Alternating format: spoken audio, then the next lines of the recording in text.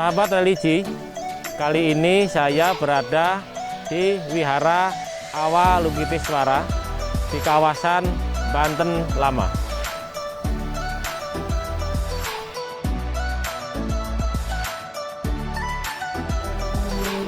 Mari kita mengenal lebih dekat bagian-bagian dari wihara ini.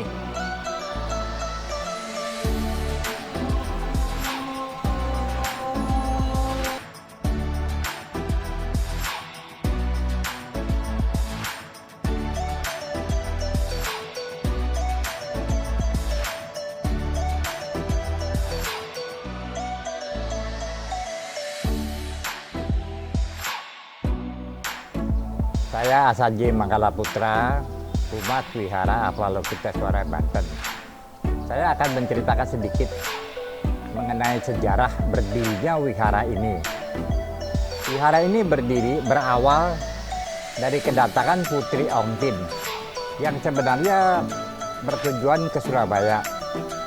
Namun setelah sampai di Teluk Banten sini, mereka merapatlah di kali depan sini, di depan kali Kemiri namanya.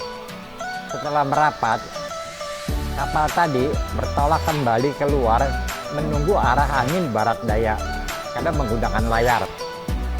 Sambil menunggu arah barat daya, semua pada turun, termasuk Putri Ongtin, meminta pas jalan kepada penguasa di Banten. Singkat cerita, setelah bertemunya Putri Ongtin dengan Sarip Hidayatullah, menikah. Setelah menikah, Putri Ongtin tadi diboyong ke Cirebon, bergabunglah dengan Wali Songo, jadilah Sunan Gunung Jati. Anak buah Putri Ongtin tadi, yang berjumlah kurang lebih 3.500 orang, membentuk sebuah komunitas Tionghoa yang bermukim di satu tempat di desa Kampung Baru. Nah, komunitas Tionghoa tadi itulah terpecah dua, sebagian memeluk agama Islam, sebagian lagi bertahan pada agama Buddha. Komunitas Tionghoa yang beragama Islam, sebagaimana komunitas-komunitas lainnya, mereka membuat tempat ibadah namanya Masjid Pacinan Tinggi.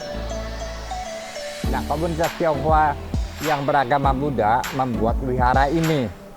Namun berawal di desa Dermayon. Dibangun pada tahun 1652 dengan nama yang pertama namanya Banteki. Nah, pada tahun 1774 Banten terjadi epidemi yang begitu hebat sehingga pada saat itu banyak warga sini yang meninggal.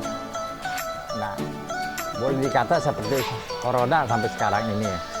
Nah, atas kebesaran dan kewelasan Dewi Kuan Im, dimohon oleh penguasa setempat rupang daripada Dewi Kuan Im tadi diarak keliling kampung sebagai tolak bala. Ternyata berhasil.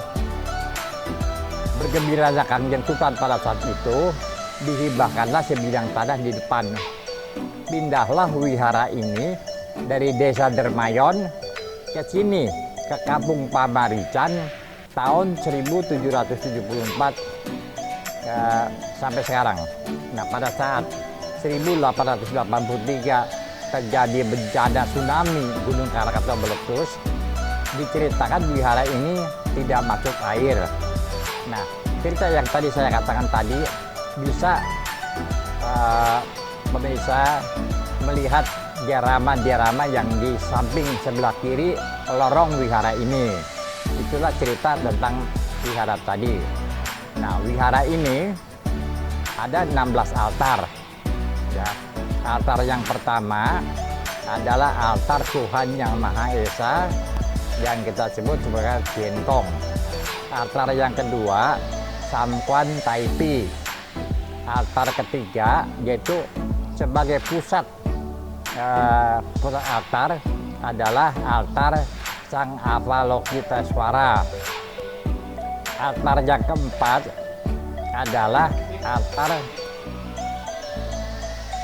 Coposat. Ya. Altar yang kelima adalah altar Kuan Kong. Altar yang ke-6 adalah altar Chow Kun Kong. Altar yang ke-7 adalah altar Ki Cawang Pusat. Altar yang ke-8 adalah Tian Hao Nenyo. Yang ke-9 adalah altar Tuti Pakung. Yang ke-10 altar Ma Po Chia. Yang ke-11 altar Puta Sensen Hok Kek Cheng Sin. Altar yang ke-12 itu sumur Cingsen. Altar 13 adalah Husen.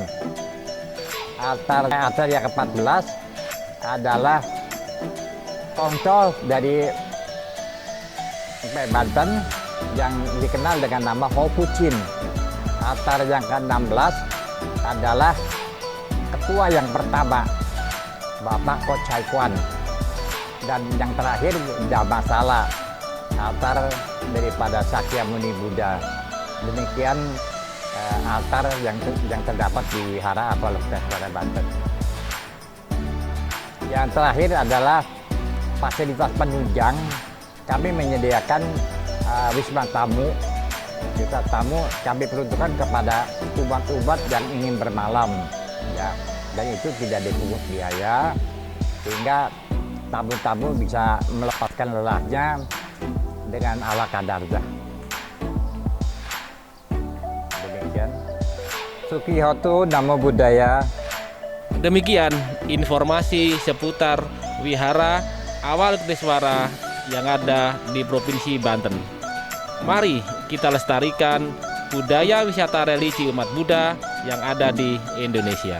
Terima kasih.